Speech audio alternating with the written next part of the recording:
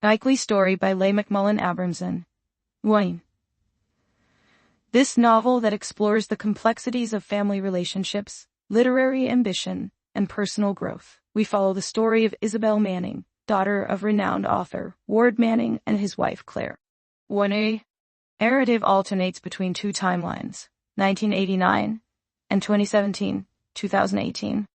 In 1989, Claire and Ward host a successful book launch party for Ward's novel, while their daughter Isabelle enjoys the attention. This scene sets the stage for the family's literary legacy and the expectations placed on Isabelle from a young age. 1. Fast forward to 2017. Following Claire's death, Isabelle struggles with her grief and finds solace in her friendship with Brian. As she copes with her loss and reminisces on their past, Isabelle is haunted by a recurring dream. This dream serves as a metaphor for Isabelle's unresolved feelings and the weight of her family's legacy. Meanwhile, Ward attempts to overcome his writer's block and regain his popularity as an author. He faces challenges and fears that his next book might be his last. This subplot highlights the pressures of the literary world and the fear of becoming irrelevant. When Isabelle has a birthday lunch with her godmother Glenda, she is offered financial assistance, but it is not enough to help Isabelle in her financial trouble. This scene underscores Isabelle's struggle to establish herself independently of her family's name and resources. Isabelle returns to the Metropolitan Library Association in New York, seeking routine and a sense of normalcy as she works on her own novel. Facing financial troubles and an emotional trip to Sag Harbor, Isabelle is determined not to give up on her writing career, despite the success of her former college acquaintance, Darby Cullman. Darby serves as a foil to Isabelle, representing the success she desires, but hasn't yet achieved. During a meeting with her agent, Fern, Isabelle learns that he wants to drop her as a client. Desperate, she convinces Fern to give her one more chance to revise her manuscript, despite his reluctance. This pivotal moment demonstrates Isabelle's determination and the precarious nature of her literary aspirations. In a poignant discovery, Isabelle finds a manuscript in her parents' room, written by her mother, with a note addressed to her. This revelation adds depth to Claire's character and complicates Isabelle's understanding of her mother and her own writing ambitions. The narrative then shifts back to 1989, as Ward and Claire prepare for a television crew to interview Ward about his third novel. Claire reflects on their relationship and how it has evolved since they first met and married. She also thinks about her role as a supportive partner and editor to Ward's work, helping him through difficult times and ensuring his success as a writer.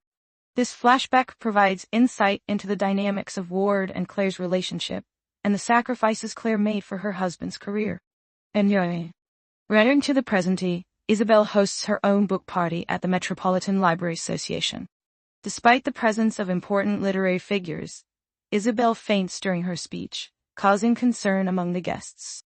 This embarrassing incident symbolizes Isabelle's struggle to live up to her family's reputation and her own expectations.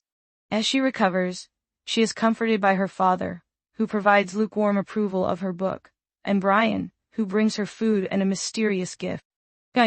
Contrasting reactions of Ward and Brian highlight the different relationships in Isabelle's life and her search for validation. During the party, she encounters Darby Cullman, who makes inappropriate advances towards her, and she kisses him in her inebriated state. This moment of weakness adds to Isabelle's internal conflict and self-doubt. 2018, Isabelle visits the Children's Hospital, where her mother once volunteered, finding solace in reading to the young patients. As she navigates through the hospital, she stumbles upon a ward with unconscious patients, one of whom bears a striking resemblance to her father, Ward. This surreal experience blurs the lines between reality and Isabelle's emotional state, adding a layer of psychological complexity to the story. When she receives a mysterious package from Brian, containing a necklace charm of her book, Isabelle is determined to apologize and make amends with him. However, she receives a threatening text message, revealing that someone knows about her duplicity and lies. This twist introduces a new element of suspense and raises questions about Isabelle's past actions. When Isabelle meets Glenda to explain her actions, Her godmother accuses her of wanting fame, rather than being a true writer. Glenda reveals that she knows about Claire's manuscript, and calls Isabelle manipulative. This confrontation forces Isabelle to confront her motivations and the ethical implications of her choices.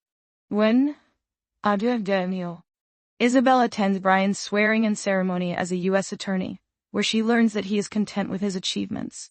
She tries to apologize to him, but he cuts her off, saying he wasn't trying to rekindle their friendship with the necklace. This scene highlights the consequences of Isabelle's actions and the potential loss of a meaningful relationship. When a pivotal moment in Isabelle travels to Sag Harbor to confront her father about his health, but Ward insists that he is not ill. Instead, he reveals that he had been seeing a woman in Texas, but their relationship has ended. This revelation adds complexity to Ward's character and challenges Isabelle's perception of her father. As Isabelle cleans her father's house, she captures a stray cat named Miss Muffin. Cat serves as a symbol of the neglect in Ward's life and Isabelle's attempt to bring order to chaos. Wanda, Adamahan. Fern, Isabelle's agent, suggests that she write a memoir about being Ward Manning's daughter as a way to redeem her literary career. This proposal presents Isabelle with a moral dilemma, capitalizing on her family name or pursuing her own artistic vision. Despite her reluctance, Isabelle agrees to consider the idea.